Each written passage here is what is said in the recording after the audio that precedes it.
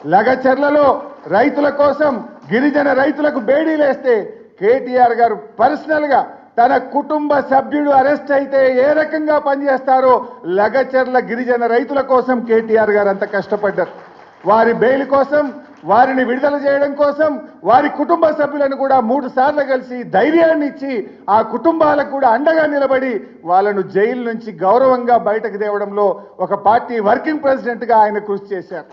ఆ రకంగా పార్టీలో ఏ కార్యకర్తకు, ఏ సోషల్ మీడియా యాక్టివిస్టుకు, ఏ ఉద్యమకారుడికి, ఏ పార్టీ నాయకుడికి మన కౌశిక్ రెడ్డి మీద ఇంటి మీద దాడి జరిగినా పార్టీ మొత్తం అందరికీ ఆ కార్యకర్తలకు, ఆ నాయకులకు అండగా నిలబడ్డది. నేను ఇప్పుడు కూడా చెప్తున్నా, కేటీఆర్ గారు కూడా ఒక కార్యకర్తనే, కేటీఆర్ గారు కూడా పార్టీలో ఒక ఉద్యమకారుడే.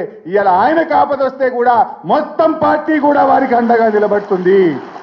ఏ రకంగా అయితే ఒక నాయకుడి కోసం, ఒక కార్యకర్తకి ఇబ్బంది వస్తే నిలబడ్డమో, ఇలా కేటీఆర్ గారి మీద పెట్టిన కేసు ఆయన మీద పెట్టిన కేసు కాదు, ప్రశ్నించే గొంతు మీద పెట్టిన కేసు, ఉద్యమకారుడు మీద పెట్టిన కేసు.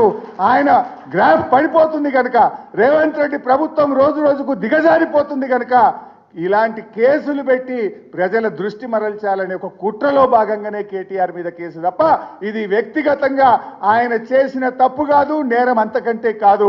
ఈ